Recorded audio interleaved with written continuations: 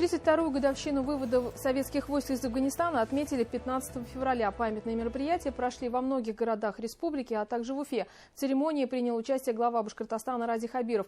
Обсудим все это прямо сейчас в программе интервью. Сегодня вместе с нами Ильдар Бадреддинов, председатель городского отделения Башкортостанского регионального отделения Российского союза ветеранов Афганистана. Ильдар Ахатович, здравствуйте. Добрый день.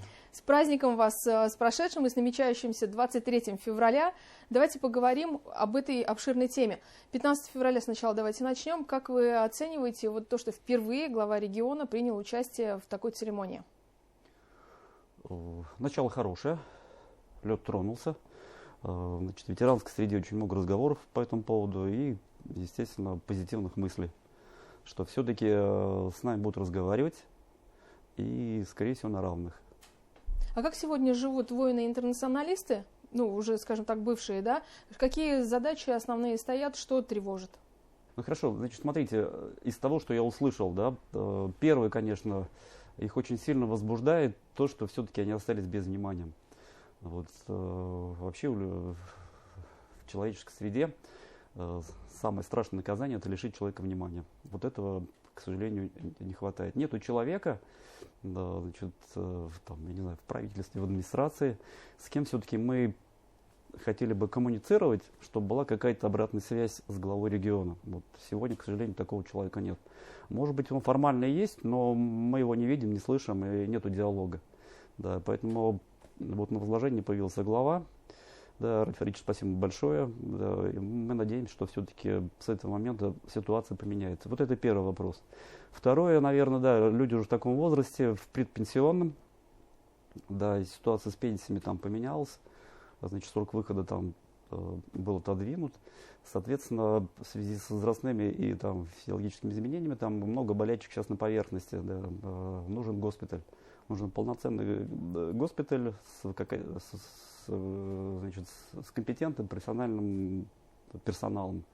Вот. Ну, мы знаем, слышали, что он строится в Затоне, поэтому ждем его открытия.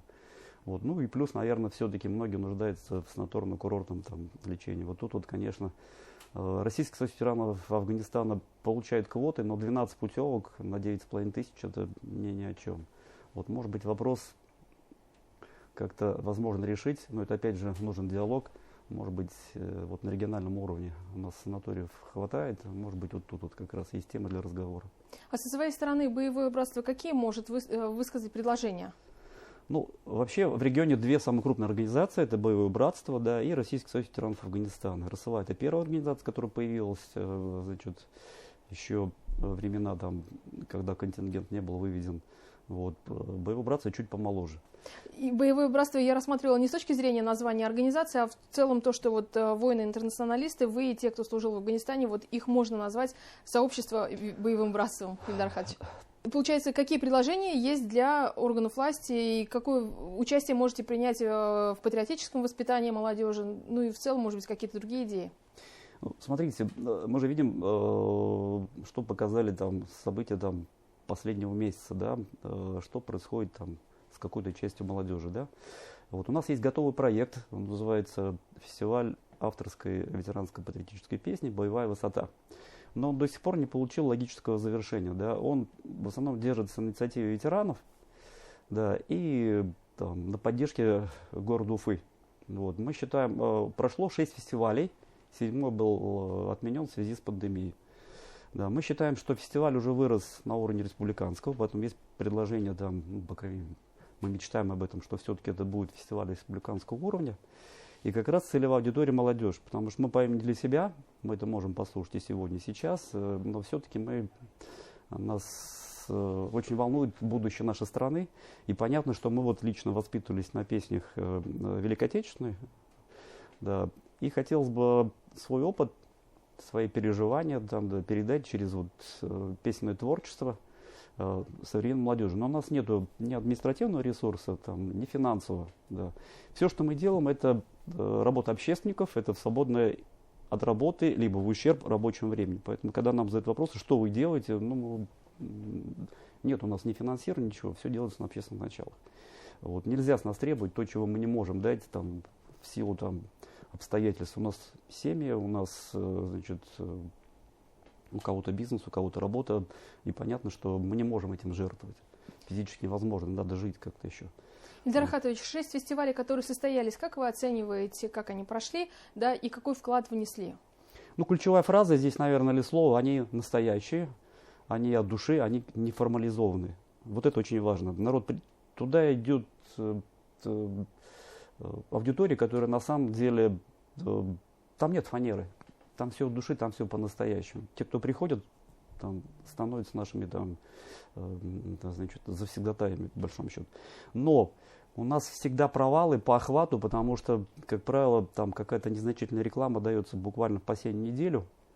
Да, и все-таки молодежи не хватает, мы все-таки хотим, чтобы они это увидели, услышали. Здесь нужен какой-то кардинальный подход, посерьезнее на самом деле, да, нужно задействовать, может быть, не только значит, музыкальный ресурс, да, мне кажется, надо тут шире подойти, нужна какая-то игровая площадка для детей, многие с детьми приходят, да, потому что фестиваль по времени длится 4 часа, это такое серьезное представление, и почему мы вышли на фестиваль, потому что, я еще раз говорю, мы многие работаем, и лучше собрать всех на такое большое грандиозное мероприятие с охватом там порядка там 10-20 тысяч, да, это парк Ватан у нас, да, нежели ходить нам по школам там в рабочее время там и с охватом там ну, максимум класса.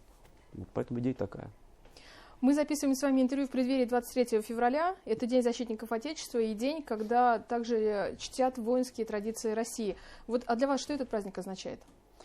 Ну, мы всегда говорим, в том числе и на фестивале тоже, да, что все-таки мужчина это в первую очередь защитник себя, семьи, а соответственно Родины. Поэтому мы считаем, что все-таки он должен уметь владеть оружием. Вот я сам не профессиональный военный, я служил срочным солдатом. Вот, но я понимаю, что это очень нужно. Да, ситуация там, в стране, там, в мире, она такая, какая есть. И поэтому нам нужны защитники, по большому счету. Это очень важно. Можно ли сказать, что армия – это то место, где можно стать мужественным? Вот на ваш взгляд. Да не то, что можно, а нужно об этом говорить. Вот. И я еще раз говорю, я не профессиональный военный. Там, но я понимаю, что вот эту начальную военную подготовку в виде армейской службы, она сегодня на всего лишь на всего год, надо обязательно пройти. Я считаю, что чиновник не может быть чиновником, если не послужил в армии. Это очень важно. Кроме того, вот у вас есть объединение, где также занимаются с детьми. И со сложными подростками, да, вот есть настоятель храма, который принимает участие. Расскажите, пожалуйста, поподробнее об этой части. Ну, это отец Виктор Иванов. Да, клуб называется Александр Невский. Он, кстати, участник фестиваля, автор-исполнитель. И фестиваль, он не просто фестиваль, мы участники там перепевают чьи-либо песни. Нет, это все авторские песни. Это песни о пережитом. Значит, 90% участников фестиваля это ветераны боевых действий. Афганистан, Чечня, вот, теперь уже и Сирия в том числе. Значит, отец Виктор ведет клуб, который называется Александр Невский.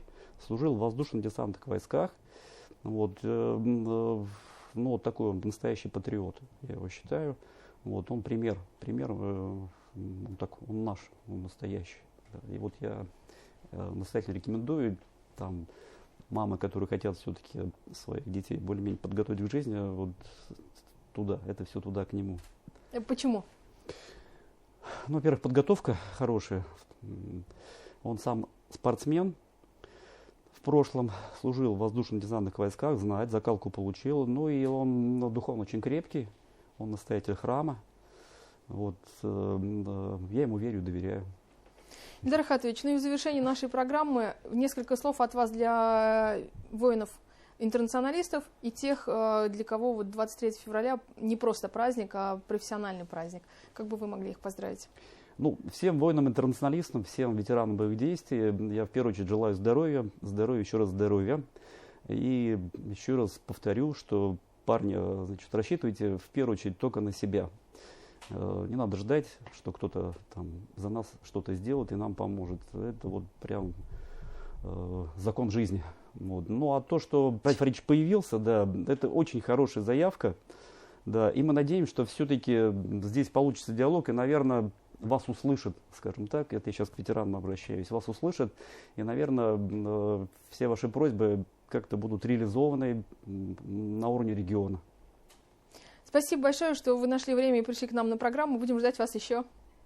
Вам спасибо. Спасибо. Сегодня вместе с нами был Ильдар Бадреддинов, председатель городского отделения Башкортостанского регионального отделения Российского союза ветеранов Афганистана. И мы говорили о годовщине вывода советских войск из Афганистана, а также предстоящем праздновании 23 февраля. Не переключайтесь, оставайтесь на БСТ.